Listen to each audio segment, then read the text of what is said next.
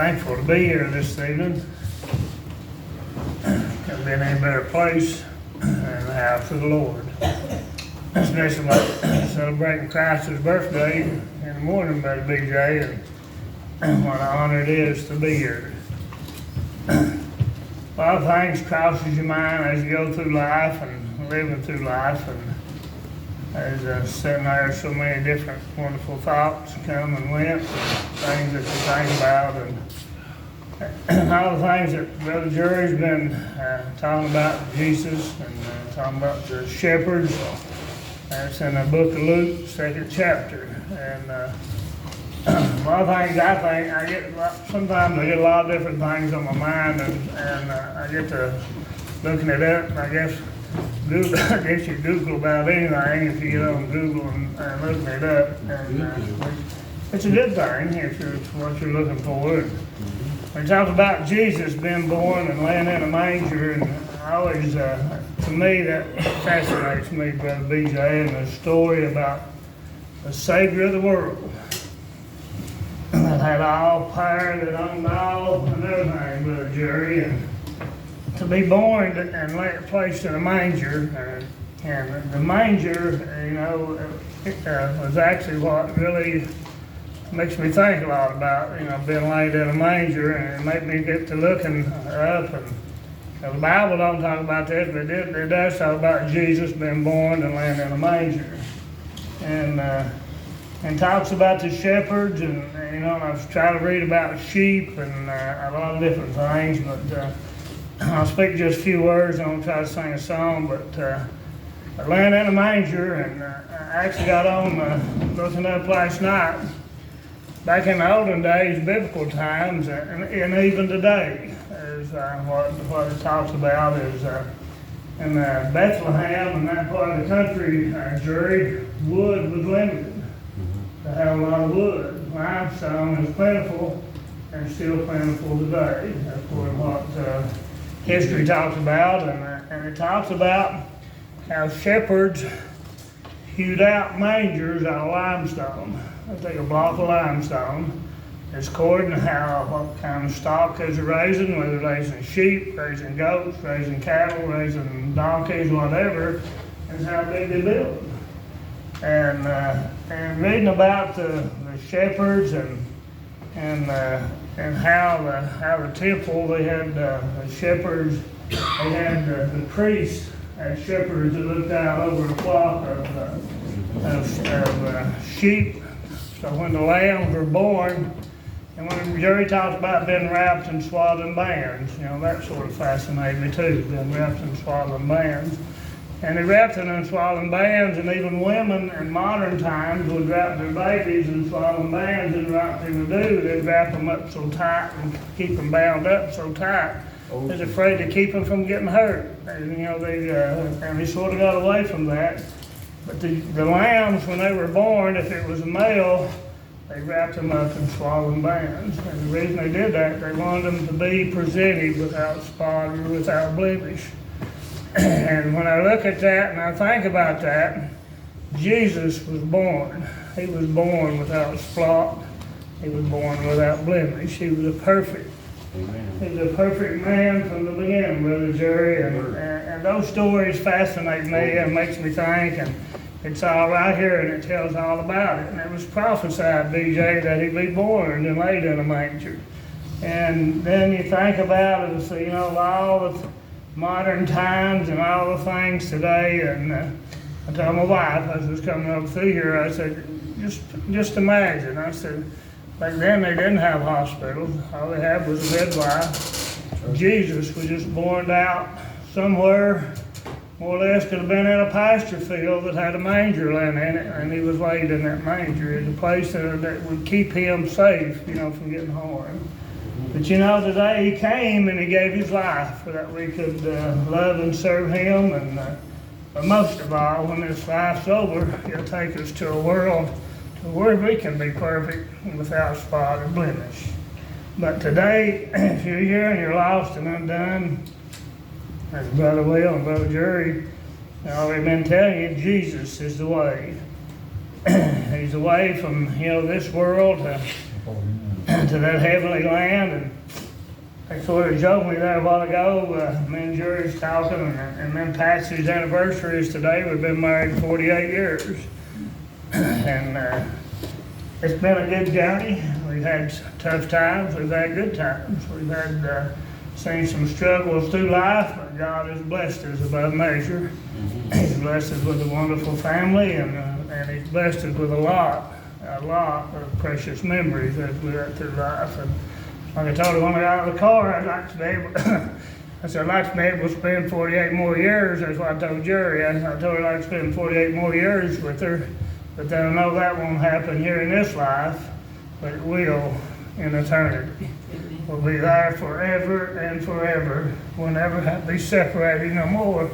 Oh, that brother will. Amen.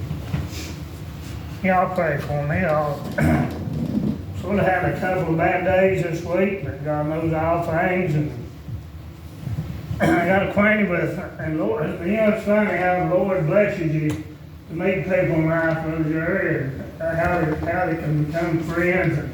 But the most important thing about it was becoming a friend this week with a young man who's a child of the King.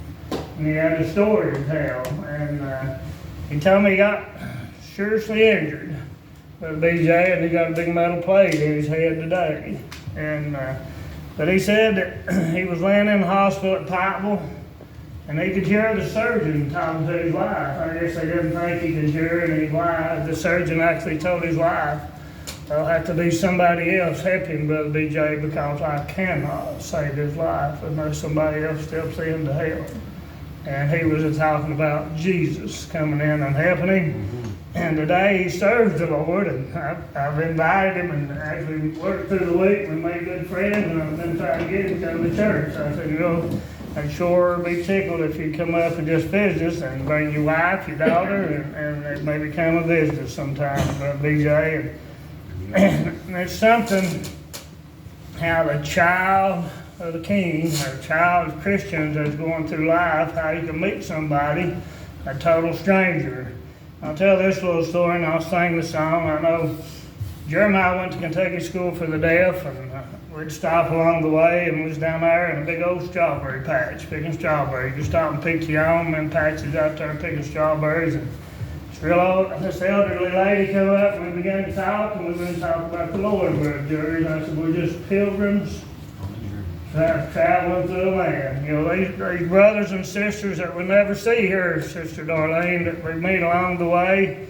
And I thank God for all the memories we have, for the ones that we've got to meet along the way.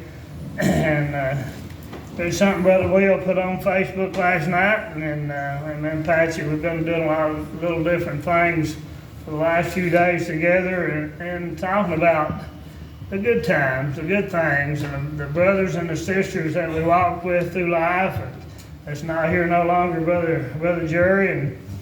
And when me and Patsy first got into church,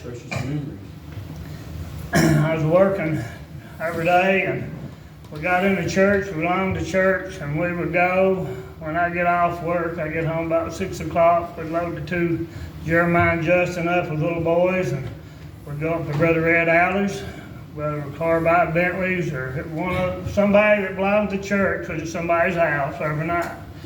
And I've always looked back and I wondered, how did I make it, then? And it had to be God's blessings, because I'd get home about 3 o'clock, 4 o'clock in the morning, and I'd get ready at 5 and go to work. But we would sit there all night, talk, drink coffee, and have a real good time. And I told Patsy, me and her was talking about that, I said, where's them times when?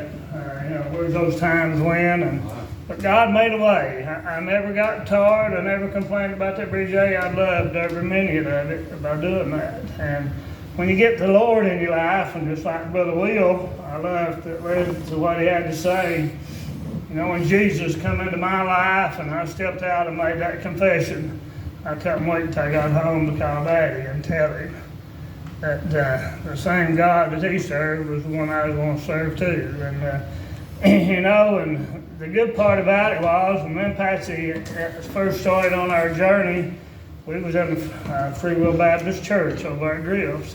we stayed there for several years. I really enjoyed all the people and the walks and the talks and where we went and all we did. But a few years later, for whatever reason, God put it on our hearts.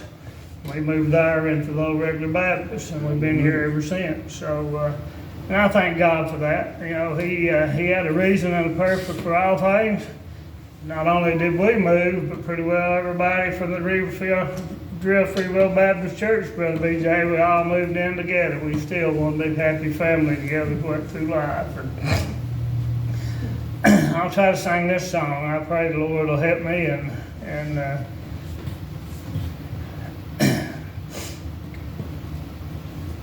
last night I dreamed I took a walk up Calvary's lonely hill. The things I saw with my own eyes could not have been more real. I saw upon 3 crosses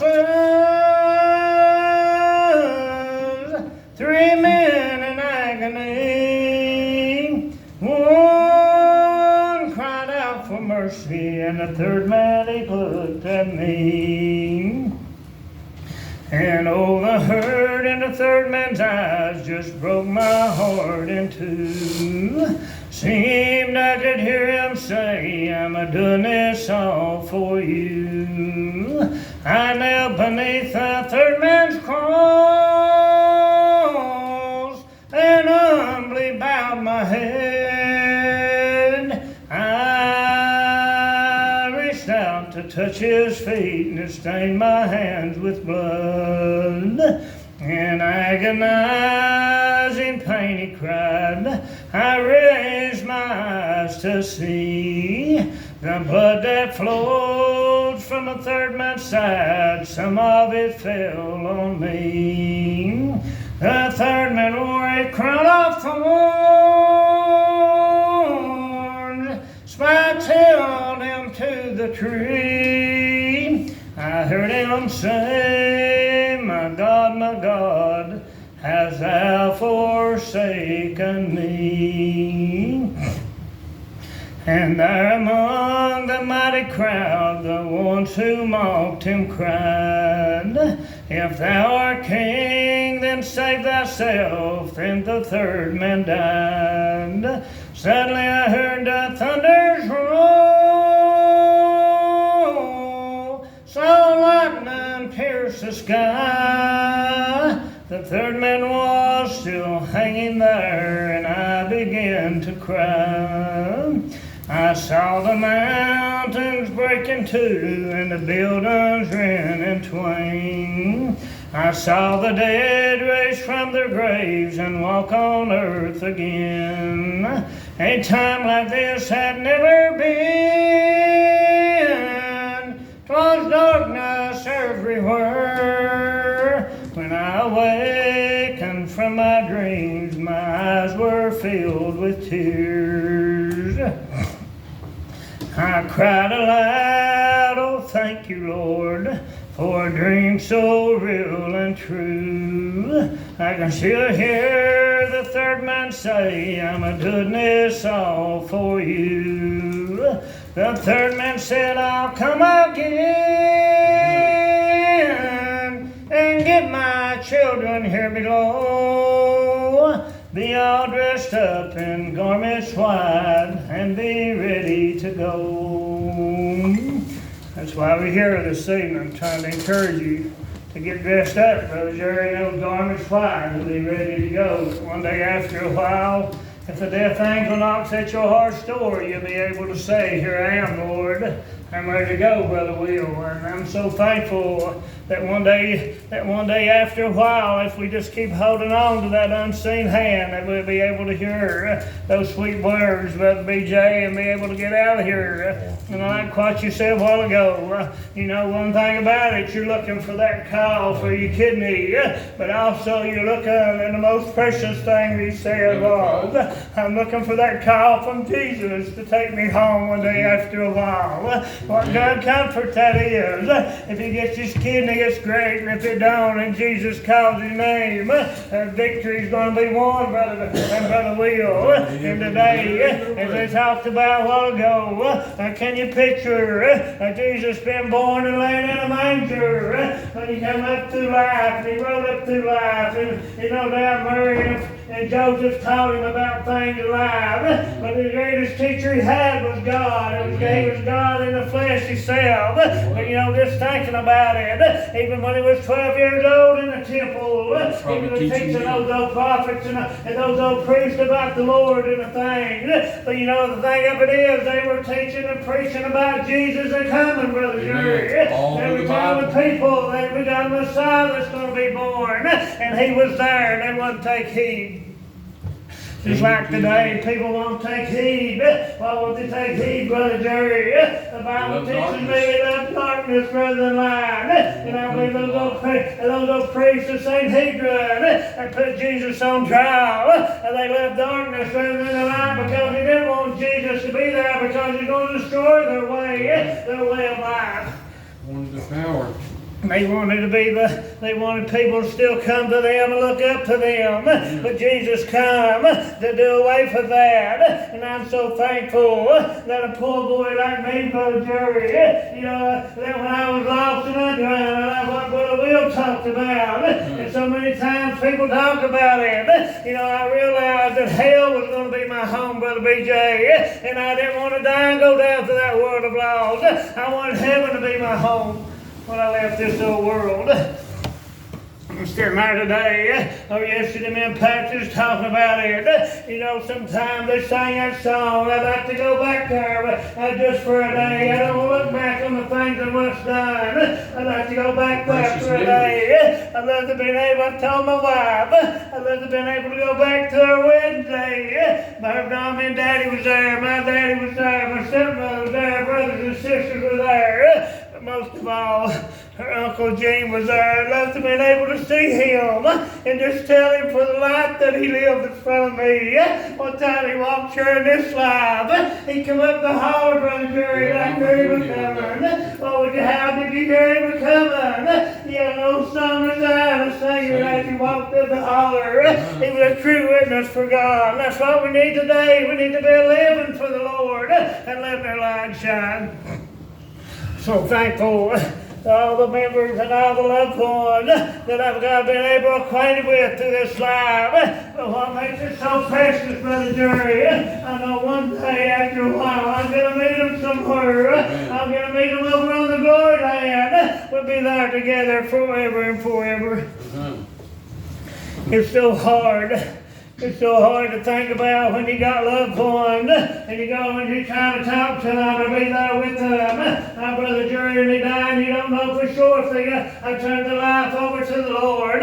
What a great witness it is to know today that they put their light up on the candlestick that can give light to all that's in the house. Brother Will was down there preaching. I've thought about just being home one more time. I'd like to go home one more time. My busty little sister is laying in the hospital. Sick, didn't know she was going to die. Fact, she was going to die, Brother BJ. But this was a comment she had. She said, I'd like to go home one more time, Brother Jerry. But she got to make it home at the little road to church one more time, Brother Will. They brought her back. But most of all, she got to come back one time. The next time she come in a casket. But the most precious part of it all was she made peace with the Lord. And one day after a while, Brother B.J., she wanted to put her light on the candlestick. And one day after a while, we could be together over in the glory world. Sickness and heartaches all through the land. But I'm so thankful. You don't have to be sick to die. You don't have to be sick to die today. Death can come and overtake you. So many times I thought about how fast can death come. Death can come just like that, Brother BJ. I know a lot of times I think about 9/11, Brother Jerry. All the people that was in the Twin Towers, the one in the tower when that plane hit, the people, the one that didn't know it was a common instant death was there, Brother Jerry. If they didn't have the Lord in their life, may God bless their soul. Today, that's how quick death can come. Just a heartbeat away. That's just a heartbeat away. And if you don't have the Lord in your life, the Bible teaches me you give everything that you can have, Brother Jerry, to be able to hear Him say, well done in that morning of all morning. I thank God. And I'll let Brother Jerry come here in a minute.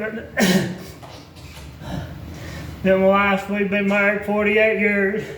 We dated 3 months. Brother BJ got married.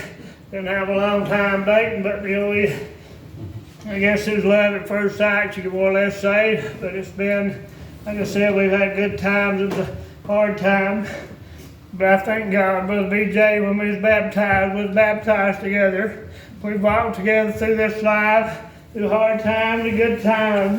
But I thank God that she stood by me and all that I've done through life. Brother Jerry, she'd stay home with 2 little kids, and I'd get out and go, where did you go to? I was on the battlefield for the Lord.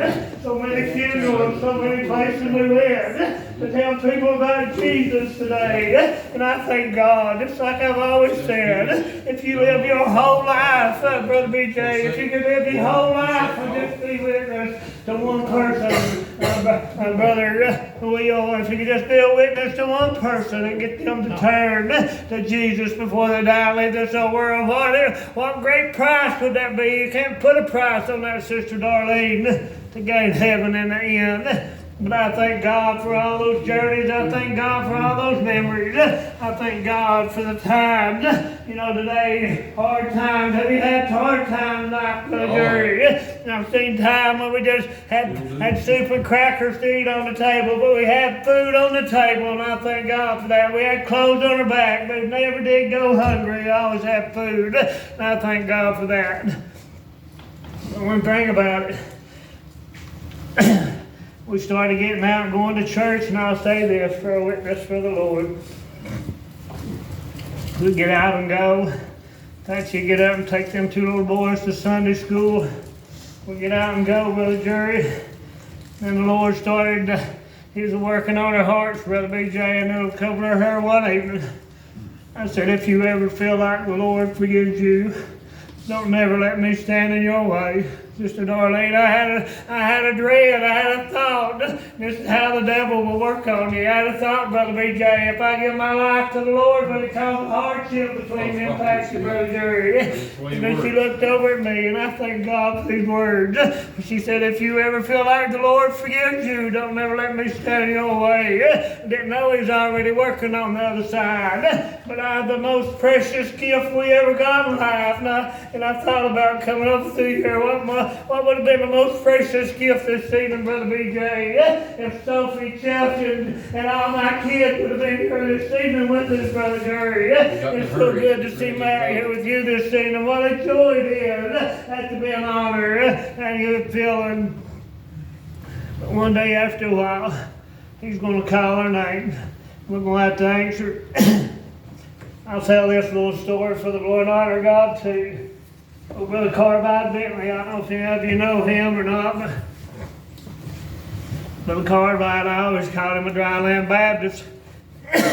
He thought he could be saved and never be baptized. I'm Brother BJ, and I always say that. One evening he got up and was singing a song in the church. And Justin, my little son, my youngest son, he come up there and he went and got a cup of water, Brother Jerry, and he come up there and he sat up on the stand in front of Brother Carbide.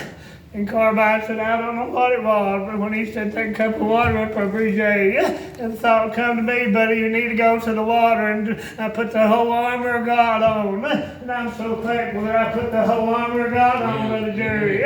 I think about Brother Carbide, when you think about friends and people that have helped you through life, if I had needed anything, Brother Carbide, all you had to do is pick the phone up. And most of the time, if he thought something was wrong, you didn't have to pick the phone up, he was always there. Those kind of friends and the love those people had and the love that you have for them. And I thank God.